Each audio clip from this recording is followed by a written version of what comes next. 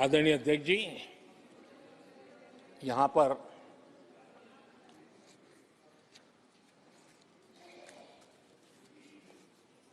बहुत गुस्सा व्यक्त किया गया।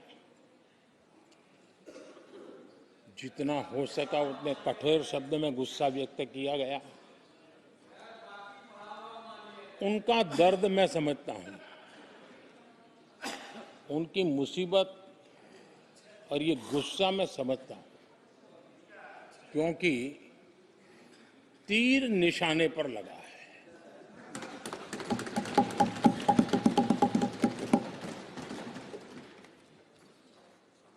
भ्रष्टाचार पर एजेंसियां एक्शन ले रही हैं,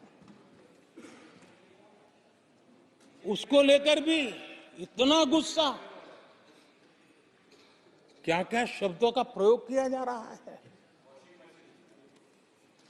आदरणीय अध्यक्ष जी, 10 साल पहले हमारे सदन में, पार्लियामेंट में क्या चर्चा होती थी? सदन का पूरा समय घोटालों की चर्चा पर जाता था, भ्रष्टाचार की चर्चा पर जाता था, लगातार एक्शन की डिमांड होती थी। सदन यही मांग करता रहता था, क्या जा रहा है, तो लोग उनका, अध्यक्ष जी, इनके समय में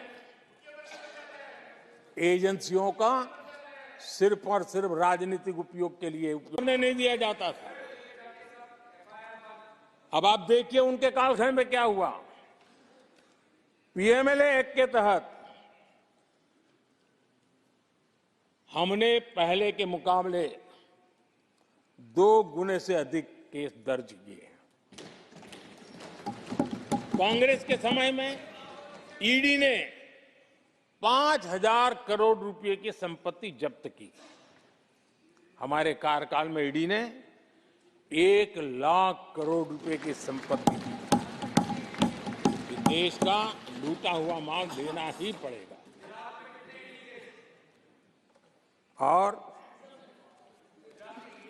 जिनका इतना सारा माल पकड़ा जाता हो, नोटों के ढेर पकड़े जाते हो, और अधीर बाबू तो बंगाल से आते हैं, देखे हैं नोटों के ढेर उन्होंने। तो किस किस के घर में से पकड़े जाते, किस किस राज्यों में पकड़े जाते थे। ये देश ये नोटों के ढेर देख देख करके चौंक गया है। लेकिन अब जनता को आप मूर्ख नहीं बना सकते। जनता देख रही है कि किस प्रकार से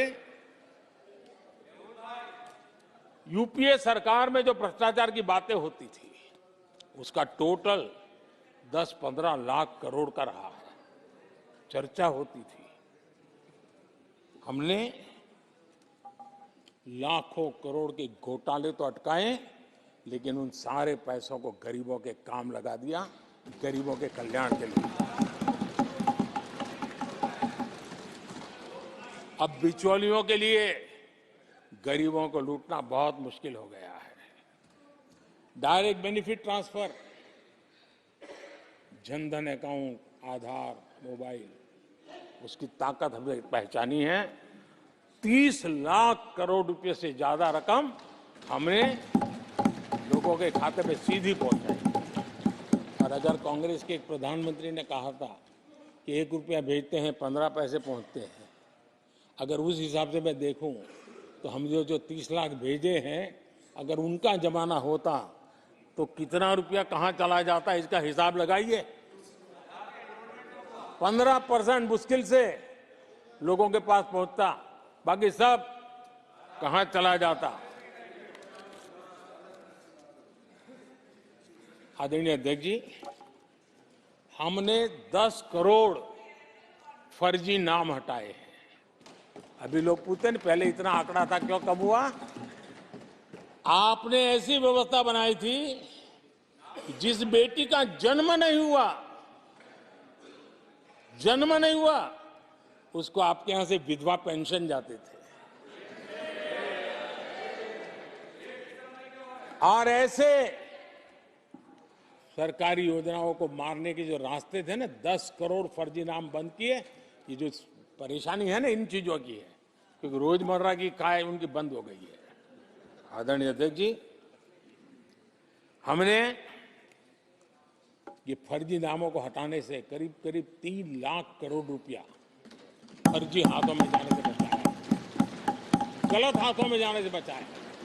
देश के टैक्स पेयर का पाई पाई बचाना और सही काम में लगाना, इसके लिए हमने जीवन खपा रखे हैं। आदरणीय अध्यक्ष जी, सभी राजनीतिक दलों को भी सोचने की जरूरत है और समाज में भी जो लोग बैठे हैं उनको देखने की जरूरत है। आज देश का दुर्भाग्य है, पहले तो क्लासरूम में भी कोई अगर चोरी करता था, किसी की कॉपी करता था, तो वो भी 10 दिन तक अपना मुंह किसी को दिखाता नहीं था। आज जो भ्रष्टाचार के आरोप जिन पे सिद्ध हो चुके हैं, जो जेलों में समय निकाल करके पैरोल पर आए, आज वॉशिंग मशीन से भी बड़ा कंधे पे लेकर के महिमा मंडन कर रहे हैं ऐसे चोरों का सार्वजनिक जीवन में। कहां ले जाना चाहते हो देश को तुम? जो सजा हो चुकी है, मैं ये तो समझता हूं कि आरोप जो है उनके लिए तो आप सोच सकते हैं, लेकिन जो गुनाह सिद्ध हो चुका है, जो सजा काट चुके हैं, जो सजा काट रहे हैं, ऐसे लोगों का महिमा मंडन करते हो आप? कौन सा कल्चर और देश की भावी पीढ़ी को क्या प्रेरणा देना चाहते हो आप? कौन से रास्ते और ऐसी कौन सी आपकी मजबूरी है?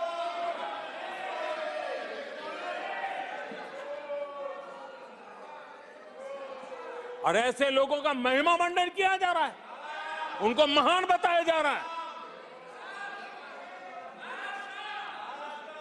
जहां संविधान का राज है, जहां लोकतंत्र है, माननीय अध्यक्ष जी, ऐसी बातें लंबी नहीं चल सकती हैं।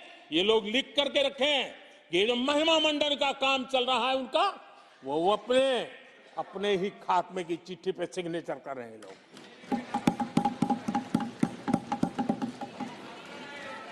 आदरणीय अध्यक्ष जी, जांच करना ये एजेंसियों का काम है।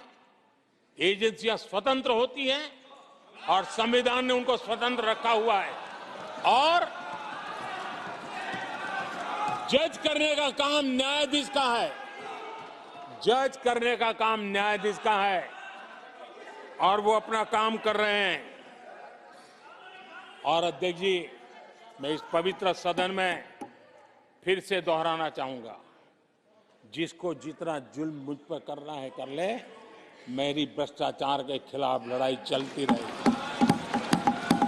जिसने देश को लूटा है उनको लौटाना पड़ेगा, जिन्होंने देश को लूटा है उनको लौटाना पड़ेगा। ये मैं देश को इस सदन की पवित्र जगह से वादा करता हूं। जिसको जो आरोप लगाना है लगा लें, लेकिन देश को लूटने नहीं दिया जाएगा और जो लूटा है वो लौटाना पड़ेगा।